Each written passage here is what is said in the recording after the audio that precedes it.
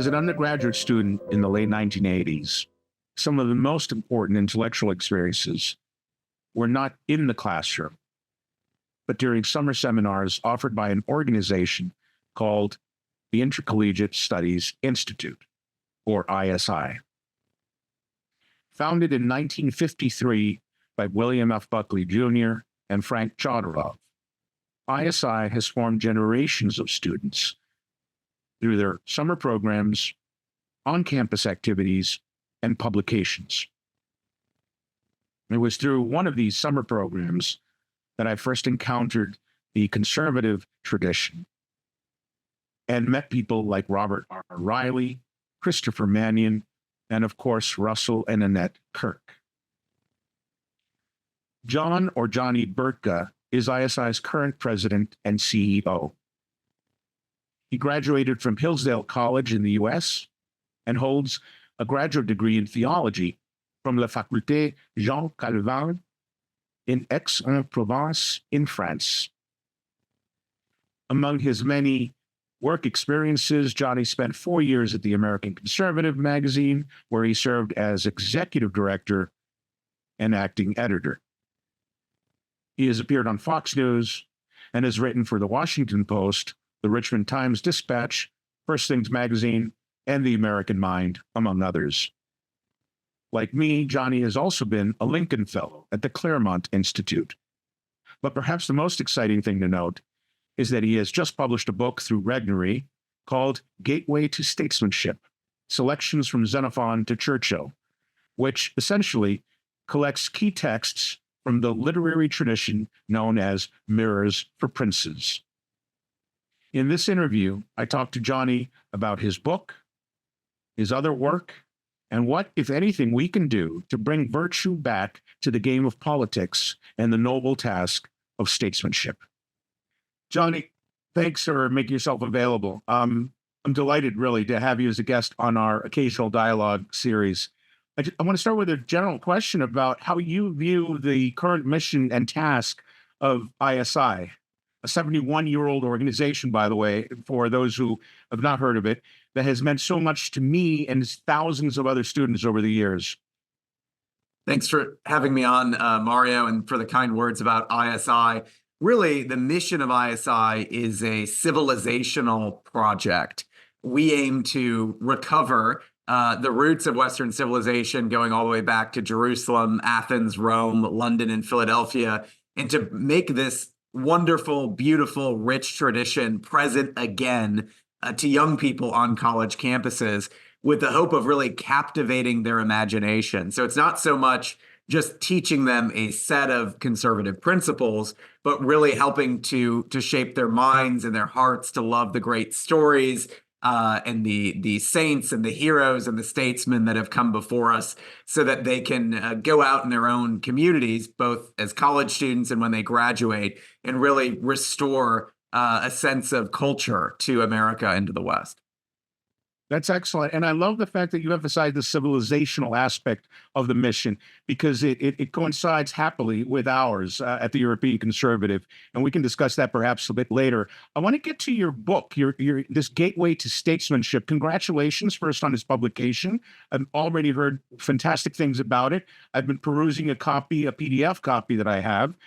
And I'm excited, especially to see someone try to revive this tradition of mirrors for princes, the specula, principum, which I think fits into the broader genre of conduct manuals. So how did you become interested in this long forgotten tradition? So when I was a student at Hillsdale College about 15 years ago, I took a course on Thomas More with Dr. Stephen Smith, and a course on Erasmus with Michael Bauman. And it was there that I really discovered utopia and the education of the Christian prince, and just fell in love with the genre for the reason of, I've always myself, I've been an intellectual. I run a think tank, for lack of a better word, but I've always been someone who's drawn to action, not just political action, but also grew up the son of entrepreneurs. We had a winery, brewery, and several restaurants growing up. So I was always very, very involved in that. And what I loved about these conduct manuals is that it kind of took this world of theory, a world of, ethical kind of philosophical principles, and it made it very tangible for presumably for people, kings, queens, princes, right, who have a lot of other worldly distractions on their mind and need someone to say, hey, there's actually some more fundamental things you should be paying attention to. But more specifically, here's how you can implement the life of virtue in your life on a day-to-day basis and be better at ruling because of it. It shows us a way between the worlds of action and the world of thought, right? And it reminds me of a conversation when I was still an undergraduate. Russell Kirk, the typical man of ideas, and then Howard Phillips, a man of action of the old conservative caucus. And I always thought, well, both are necessary. So this tradition really reminds reminds readers that it's possible and necessary to combine those. Yeah.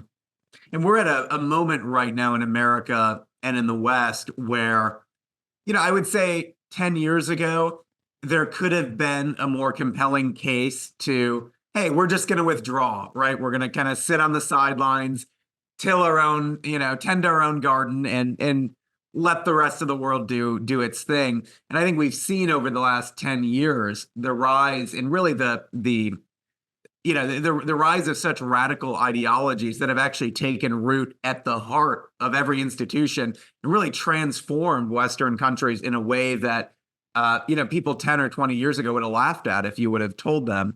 And so, I actually think there is this calling to be the men and women in the arena, so to speak. And I think we're actually at a great moment for that because we're no longer the canary in the coal mine. Ordinary people who are not necessarily conservative or even religious, but just because of their innate humanity are waking up to the excesses, not only of a woke culture, but even of a technological culture that is doing things to the human person that they are recognizing, whoa, this is something new and not good is happening here. And so I think there's a growing appetite for a response. And so I think conservatives like us find ourselves in a great position to be able to lead this new movement to restore human dignity to public life. Beautifully put. And I like your emphasis also on a calling or being compelled to act, because we are at that moment. We are at the precipice, assuming we haven't really gone into the abyss, but it's time for people to really act. I think this book is going to be a great contribution to what needs to happen. So let me ask you something else. As I look through the contents and also listen to some of your interviews, I realize that this tradition of mirrors for princes actually emerges not only in the West, but you can find it in Asia and non-Western civilizations. I found that very interesting. So you could say there was a universal recognition that virtue and proper conduct were essential for leaders. So how did we get to today where so many countries and societies, not just in the West, seem to have abandoned or forgotten this tradition? What has happened? Well, there's a few things that have happened. I would say, at the beginning of the progressive era, you do have a shift away from statesmanship, classically understood, towards a confidence, a belief in management, expertise, using the social sciences to, really have a safer kind of controlled taking any risk or any human freedom out of politics and sort of leaving it to the experts, leaving it to the bureaucracy. So that's something that really, I think, has transformed statecraft in the West in the last 100 years, both in the US and in Europe. And then I also think a lot of this really has to do with the university system, guilty of what C.S. Lewis described as presentism. If something wasn't written in the last 10 minutes or 10 days, it's really not worth. It's either not, I think in one level, they're just fundamentally ignorant of it. If you went around and said, who is Erasmus? Who is Thomas Aquinas? Even at your most major universities, people would scratch their head and look at you, like you're crazy. And then I think there's maybe a more sinister aspect, or at least maybe not, if not sinister, then highly ideological aspect where, if, basically the guilt of previous ages has stained these texts. And so there couldn't possibly be anything worth learning from them in our very enlightened progressive society today. but I do, one of the things that was kind of a delight for me is discovering, some of these non-Western texts that are part of this tradition. And I think you find two things in them. In one sense, you find similarities. You find an emphasis on restraint, self-control, the moral virtues as being a foundation for political leadership in a way that perhaps might surprise some progressives today. But I think you could also argue, and I don't want to overgeneralize, but the ancient Indian and Persian and Chinese world of political statesmanship was quite brutal and hard-nosed, power politics. And reading these texts is a bit like reading Machiavelli. And so there's also a sense in which, these texts are very not politically correct at all, and perhaps the non-Western ones are even more so than what you would find in the Christian medieval era. So I found that to be interesting. You use the words restraint and self-control. I think they've lost meaning for a lot of people today, but those are exactly the kind of values that we need to rediscover and bring back to bear. I think reading some of these great texts will help, but more is necessary. I mean, we do need to model good behavior to the young, to the people in our own environment. What else can be done? And more importantly, what do you think from the collection of texts you've gathered here, which do you think are most relevant to Americans and which might be more relevant to European readers? Is there a difference? I think you've, in previous conversations with others, you've highlighted de Gaulle as a very important, or one of the most important texts in this book. Can you talk a little bit about why de Gaulle stands out for you? Sure. Well, yeah, de Gaulle stands out. And yeah, forgive my pause there. It's No. I have 20 authors in the collection, and I love them all in very different ways. And so narrowing it down to one or two can sometimes be difficult. But, Charles de Gaulle, what's so powerful about this text, it's called The Edge of the Sword. And there are very few English language translation of this available. So it's quite difficult to find. But he wrote it in his early 30s. It wasn't published until I believe he was 41 years old. This is after World War I. He had some sense of shame that he was wounded several times in battle. He was a prisoner of war. While he was a prisoner of war, he spent a lot of time reading and studying and drinking coffee and smoking cigarettes. And he wished that he could be out there, in the battle itself.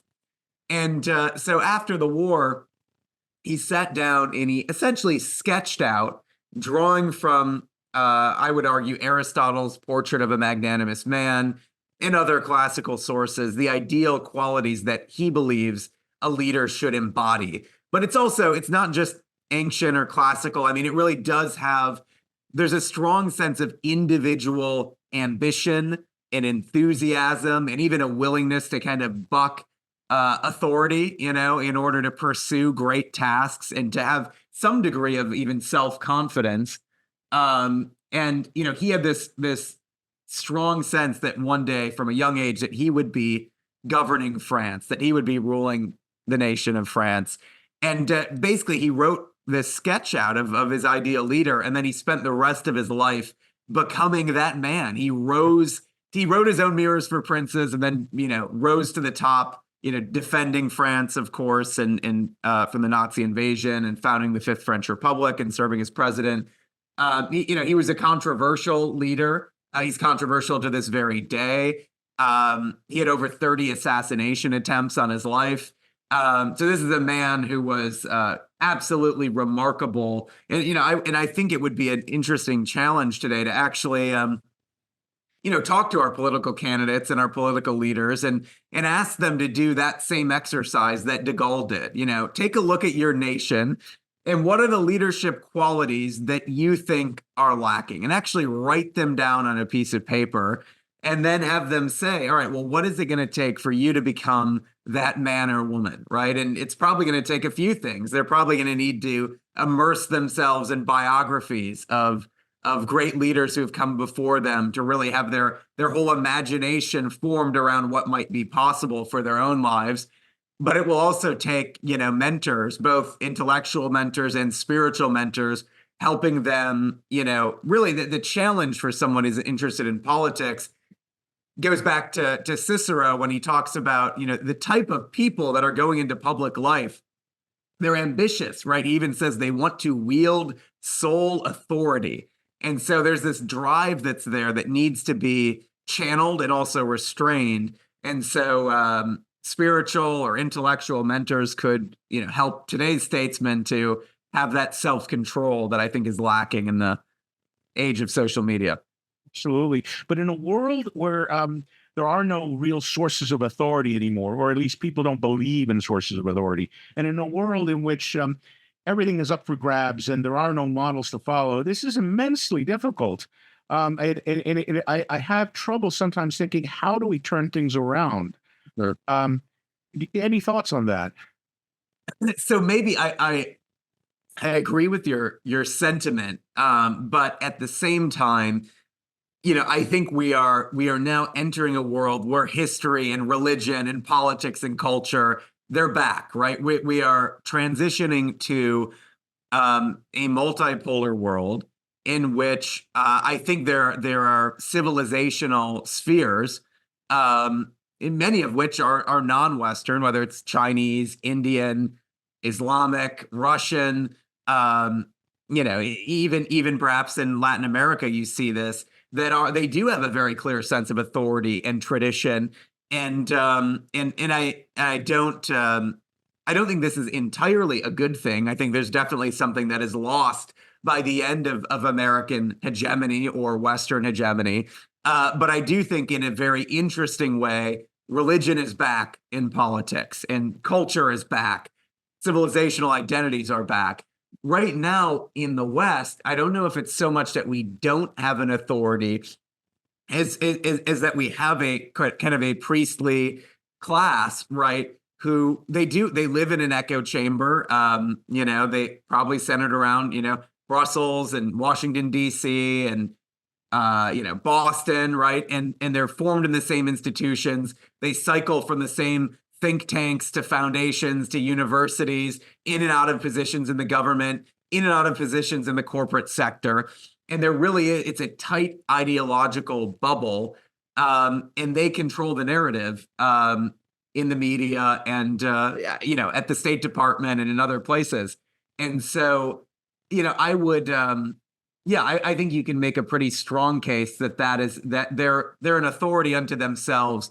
And almost even there's a religious zeal behind many of their ideological maxims that are shaping, unfortunately, what the West is now trying to export throughout the world, which is sadly a very anti-human, I think, ideology. This class of person that you just described is really interesting for me because over the years I've seen authors and scholars and researchers of different types, not just conservatives, kind of warn us about this, pointing out the handwriting on the wall. I'm thinking Charles Murray, for example, the rise of the overclass. But it goes back to the 60s. People were already talking about the new class that was emerging.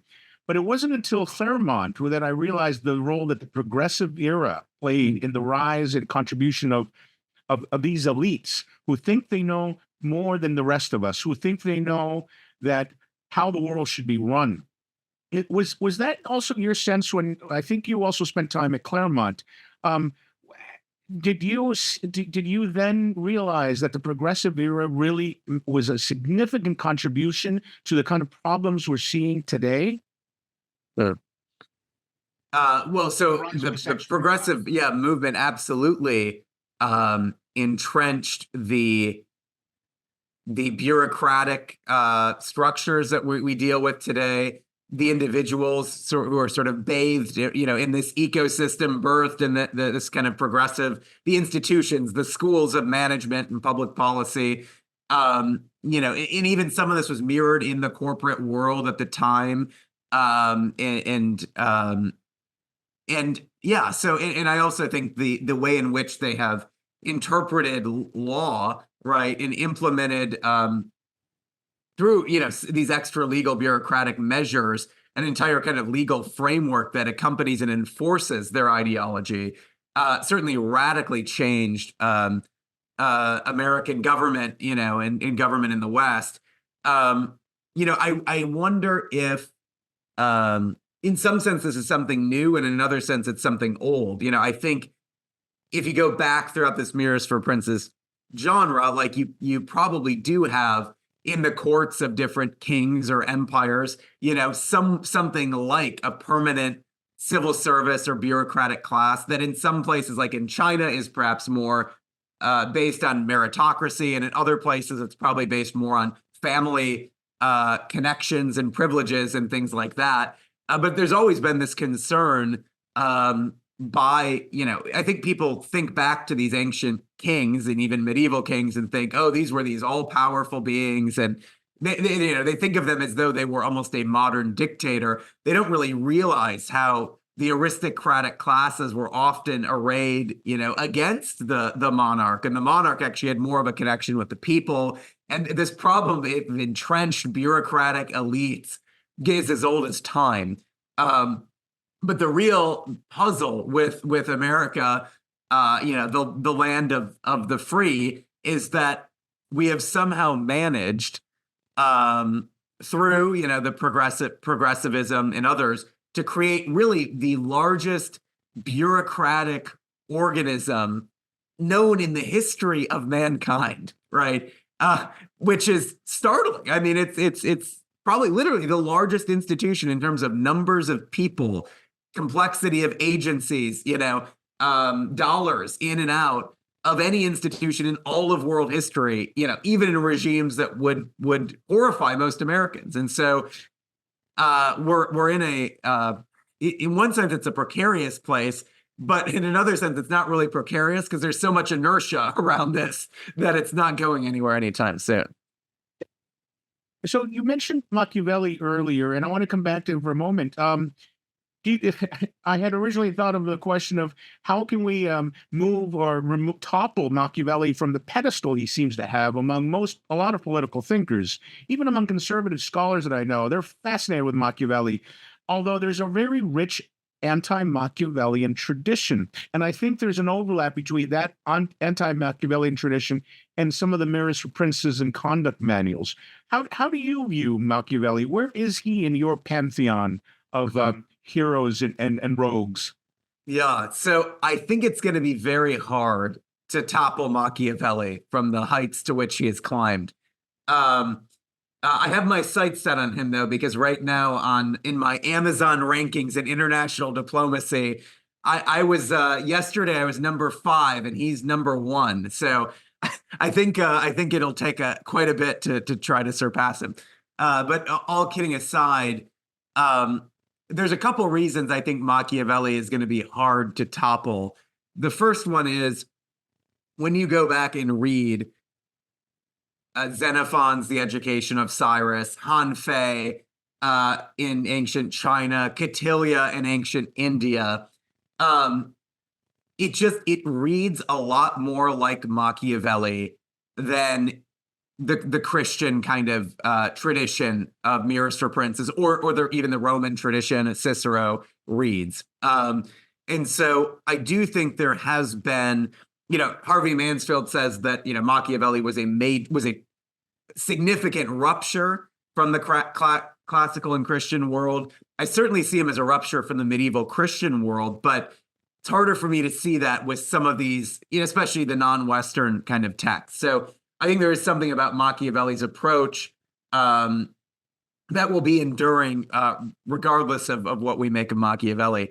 The second thing is, one maybe slight deficiency, and this is at risk of, I don't want to overstate it, but you see in Cicero, in Augustine, in Aquinas, this strong emphasis on being good, right? Being virtuous, being pious, which obviously as a Christian is a kind of the foundation for good leadership. This is something we desire from all of our political leaders.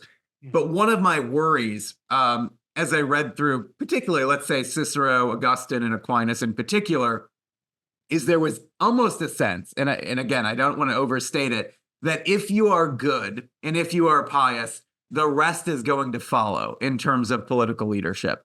And so I think what Machiavelli, because there wasn't as much emphasis placed upon the practical aspects of ruling and ruling well, especially in context when you have internal and external enemies and the stability of the regime, right? Maintaining order is just as important as maintaining justice, or might even be a precondition for maintaining justice. There's a way in which and again, I don't expect a theologian to offer the practical advice that a statesman might need, but I think there's a way that Machiavelli comes on the scene and says, all that religion stuff, whatever, it's good to appear pious, but if you have to break from it, break from it. Do what you need to do. Let's get this goodness and religious stuff out of the way and actually talk about the real business of ruling and how do you maintain your state surrounded by enemies. Here's what you have to do. This is how the real world works.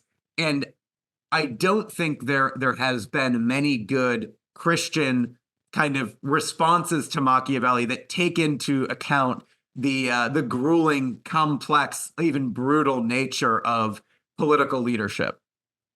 I think you're right about that. And perhaps an enterprising scholar can provide that missing piece, but I'm not holding my breath about that. I have one or two more questions, Johnny. Sure. If you don't mind. First of all, again, let me share my enthusiasm about your book, and I can't tell you how refreshing it is, not only to see the appearance of a work like this, but to meet someone like you who recognizes and extols the importance of virtues for statesmen.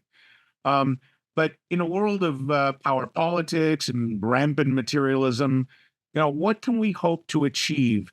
How can we more effectively spread these ideas? What can someone like me do to help spread these ideas and spread the message of this work and your work? Sure. Well, so I think the first thing is we should not despair our situation. This entire tradition was written for men, and in some cases, women, where you have queens who, were not necessarily pious or virtuous or mature. They might have been very immature. They might have been literal children when they took the throne, right? And so the art of this tradition has always been, a very wise philosopher or theologian figuring out how on earth do I put together some material, some advice, so that I can get the attention of these very immature people who are ill-equipped for the task and help them to try to order their own lives and to order their kingdoms and their nations towards the common good and then ultimately towards God himself. And so the challenge, I would say, is nothing new. But I would say, really, I think we need to adopt Thomas More's mentality.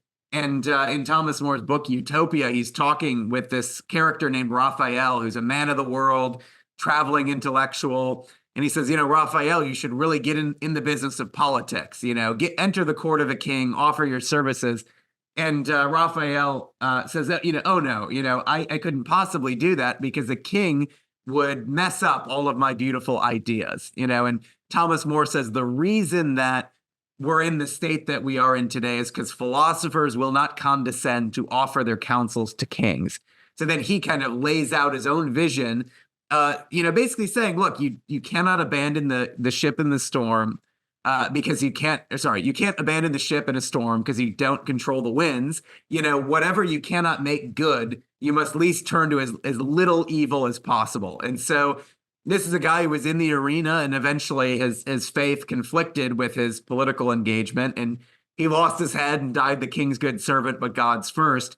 And so I think there's a way, one, we can't despair, but two, I think we need to find ways that we can actually try to get in front of the decision makers and remind them of, their duties, but also show them, it's not just saying, scolding. It's also saying, hey, you want to be a great leader. I mean, I would assume most political figures want to be great, and so, hey, we can show you the way. There's an ancient path. If you were an entrepreneur and you were starting a company, how powerful would it be if you could summon, the ghost of John D. Rockefeller and Henry Ford and I don't know, the list could go on, Steve Jobs, and have a roundtable with them and understand their principles. Well, we have that with the Mirrors for Princes tradition. And so anyone who wants to be successful in politics should have an interest in learning from it.